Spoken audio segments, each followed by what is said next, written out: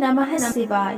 आज हम शिव महापुराण का वायव्य संगीता का 25वां अध्याय पढ़ेंगे। उससे पहले हमने पिछले अध्याय में पढ़ा था दक्ष का शाप, वीरगण का यज्ञ में जाना, दक्ष यज्ञ का वर्णन, श्रीहरि विष्णु एवं वीरभद्र का युद्ध, देवताओं पर शिव कृपा, मंदराचल पर निवास, काली का उत्पत्ति। आज हम पढ़ेंगे सिंह पर दया 25वां अध्याय। वायुदेव बोले, हे मुनियों, देवी ने अपने काले वन को अलग किया जिससे देवी कौशिकी की उत्पत्ति हुई। फिर वह आशीर्वाद पाकर विंध्याचल पर चली गई।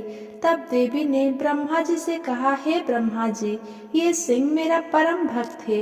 इसने मेरी अन्य हिंसक जीवों से रक्षा की है, इसीलिए इसे मैं अपने साथ ले जाना चाहती हूँ।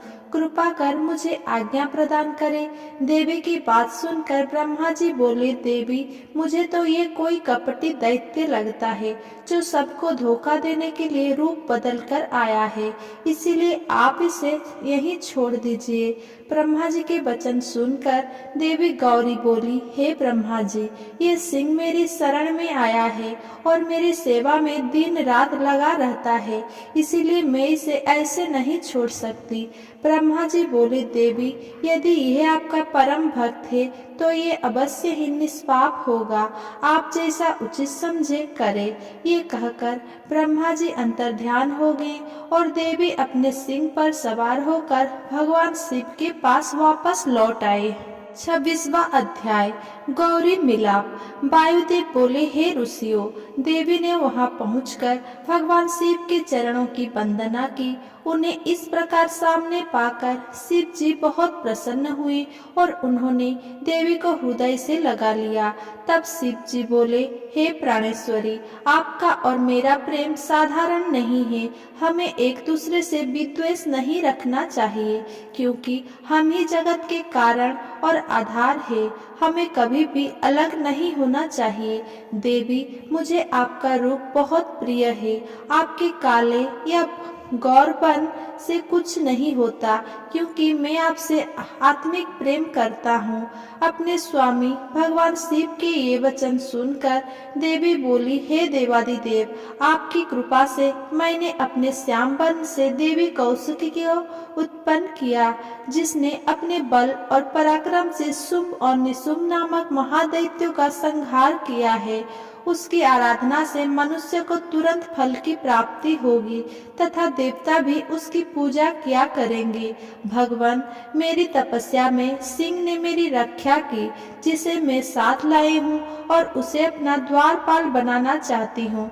देवी भगवती की प्रार्थना सुनकर भगवान शिव ने सिंह को द्वारपाल नियुक्त कर दिया। देवी ने सुंदर वस्त्र आभूषण से श्रृंगार करके अपने स्वामी के समीप आसन ग्रहण किया। वह भगवान शिव के साथ ऐसी सुशोभित हो रही थी मानो आभा चंद्र के सौंदर्य को निखार रही है और संध्या ने सूर्य का आलिंगन कर लिया हो। 27वां अध्याय सोम, अमृत, अग्नि का ज्ञान।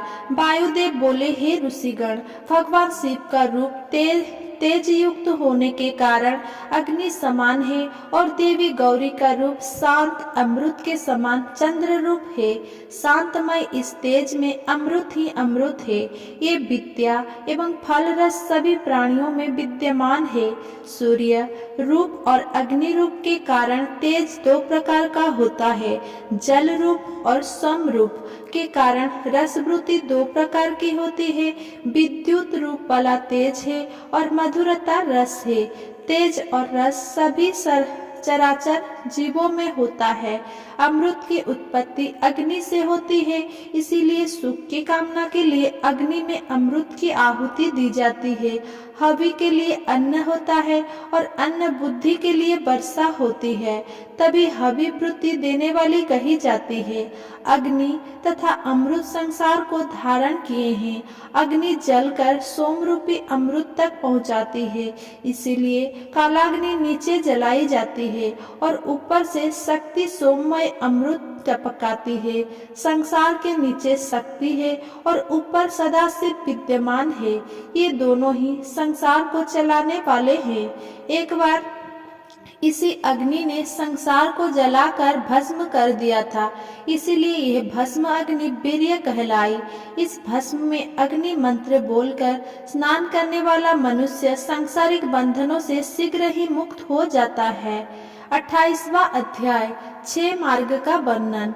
वायुदेव बोले, हे ऋषिगण, भगवान शिव और देवी पार्वती का रूप प्राकृतिक एवं मूर्त 2 प्रकार का है।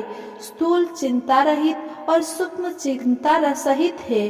सब कार्यों को पूर्ण करने की शक्ति प्रकृति के पास है। इसे परमा देवी कुंडलिनी माया कहा जाता है। ये 6 मार्गों वाली है, जिनमें 3 शब्द है और 3 उनके अर्थ है। ये परा प्रकृति के भेद है। सांख्य योग सब कलाओं में परिपूर्ण है। 6 मार्गों में विभक्त ये पराशक्ति भाव सत्व और शिव तत्व से व्याप्त है। शक्ति से आरंभ करके पृथ्वी तक सभी शिव तत्व से ही उत्पन्न हुए हैं। जिस प्रकार घड़ा मिट्टी से बना होता है, उसी प्रकार हर वस्तु का निर्माण शिव तत्व से हुआ है। 5 तत्व से शुद्ध होने पर प्राण शिव तत्व के उत्तम स्थान को पा लेता है। विद्या कला से विश्वेश्वर की शुद्धि होती है। अर्घ्य मार्ग से शांति कला शुद्ध होती है। संसार का आधार रूप होकर जो शक्ति, आज्ञा, परा, शैवी, चित्र रूपा परमेश्वरी देवी है, उसे त्रिलोकीनाथ भगवान शिव ने संपूर्ण जगत में स्थिर कर रखा है। भगवान शिव पुरुष है और शक्ति स्त्री है। ये दोनों परस्पर पति पत्नी है, परंतु कोई विद्वान इन्हें एक रूप ही मानते हैं। पराशक्ति शिव जी की आज्ञा से 3 गुणों वाली है और कार्य के भेद 3 प्रकार के होते हुए 6 मार्ग में विभक्त हो जाते हैं। ये शब्द वो अर्थ रूप है तथा पूरे संसार में व्याप्त है। 30वां अध्याय महेश्वर के सगुण और निर्गुण भेद। ऋषि बोले, हे वायुदेव, भगवान शिव तो अत्यंत अद्भुत लीलाएं रचने वाले हैं। शिव शक्ति की क्रीड़ा प्रकृति का खेल है। सभी देवता, दानव और मनुष्य देवादिदेव महादेव की कृपा के बस है, जबकि वे स्वच्छंद और वैभव संपन्न है। भगवान शिव तो सर्वेश्वर है। ये कला रहित निर्गुण है, तो कला सहित सगुण है। ब्रह्मा से लेकर मनुष्य और दानव आदि सभी अपने कर्मों के अधीन है। सब जन्म लेते हैं और सबकी मृत्यु निश्चित है। भगवान शिव सब पर कृपा करने वाले तथा दुष्टों को उनके दुष्कर्मों का दंड देने वाले हैं। अपराध के कारण ही ब्रह्मा जी का 5वां सिर काटा गया था। श्रीहरि विष्णु को पैरों के नीचे दबाया गया था। शिव जी की आज्ञा पाकर शिव निंदा करने वाले प्रजापति दक्ष को वीरभद्र ने दंड दिया था। कामदेव भी शिव क्रोध के कारण भस्म हुए। भगवान शिव और देवी पार्वती ने मिलकर अनेक लीलाएं रची। भगवान शिव ने लोक कल्याण के लिए पतित पावनी श्री गंगा जी को अपनी जटाओं में धारण किया। देवादिदेव महादेव और देवी को एक दिव्य रूप बालक की प्राप्ति हुई। उसे पाकर शिव जी और पार्वती बहुत प्रसन्न हुए, परंतु देवेंद्र की प्रार्थना करने पर अपने पुत्र को महादैत्य तारकासुर के साथ युद्ध करने भेज दिया। शिव पार्वती ने पुत्र को आशीर्वाद देते हुए क्रौंची मेमिनी नामक अमोघ शक्ति प्रदान की। अपने माता पिता के आशीर्वाद से बालक ने तारकासुर का वध कर दिया। अपने परम भक्त ब्रह्मचारी मार्कंडेय जी को अकाल मृत्यु से बचाकर चिरंजीवी बना दिया। परमात्मा शिव सगुण और निर्गुण दोनों स्वरूप वाले हैं। 20वां अध्याय ज्ञानोपदेश। वायुदेव बोले, हे मुनियों, सज्जनों को सिर्फ भगवान शिव से ही प्रीति रखनी चाहिए, किसी अन्य से नहीं। भगवान शिव तो सर्व ज्ञाता है। उनका अनादर करने वाला मनुष्य को संसार में कहीं भी सुख प्राप्त नहीं हो सकता है।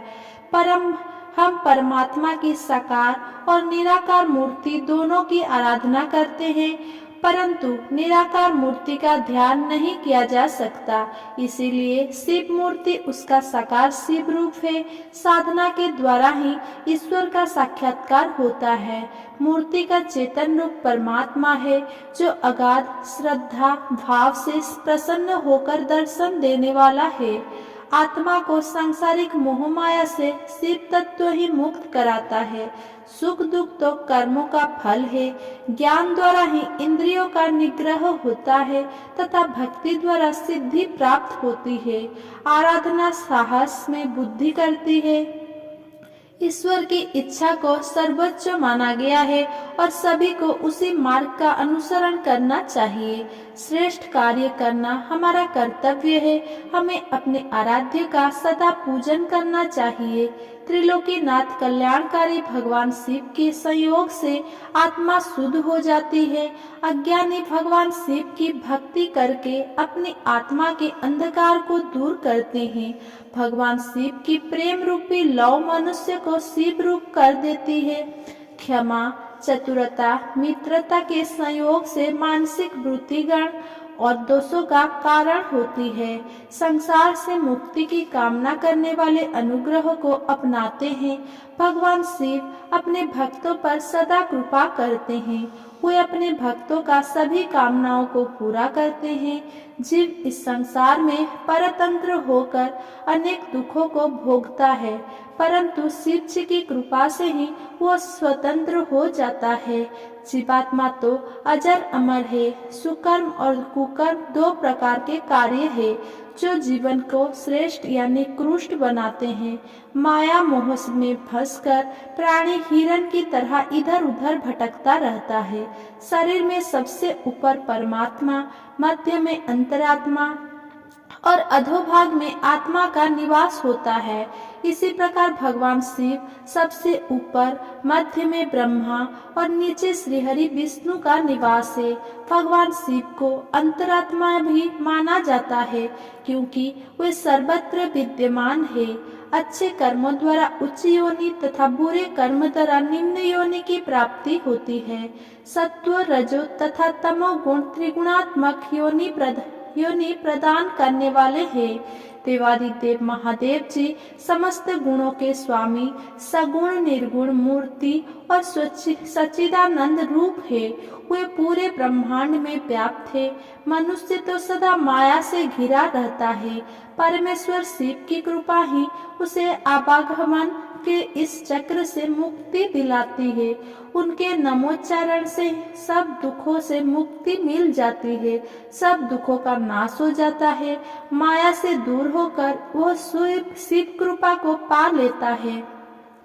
अज्ञानी मनुष्य शिव जी को ईश्वर नहीं मानता और अपना सारा जीवन खो देता है। इसीलिए मनुष्य को सदा त्रिलोकीनाथ शिव जी की भक्ति में डूबे रहना चाहिए। 31वां अध्याय, अनुष्ठान का विधान। वायुदेव बोले, हे मुनियों, प्रत्यक्ष ज्ञान की प्राप्ति हेतु भगवान शिव का पूजन और उनका अनुष्ठान सर्वोत्तम साधन है। इसी के द्वारा मोक्ष की प्राप्ति संभव है। क्रिया, जप, ध्यान और ज्ञान से आराधना का अनुष्ठान किया जाता है। वेदों में धर्म को वर्णित किया गया है। वेदों एवं उपनिषदों द्वारा वर्णित कर्म परम धर्म कहलाते हैं। निर्मल आत्मा वाले धर्म के अधिकारी होते हैं, जबकि सांसारिक जन अधर्मी माने जाते हैं। शिव शास्त्र स्तुति और स्मृति दो प्रकार के हैं। स्मृति में पाशुपत व्रत का परम ज्ञान वर्णित है। कहते हैं कि हर युग में भगवान शिव योगाचार्य के रूप में अवतार लेते हैं और शिव तत्व का प्रचार प्रसार करते हैं।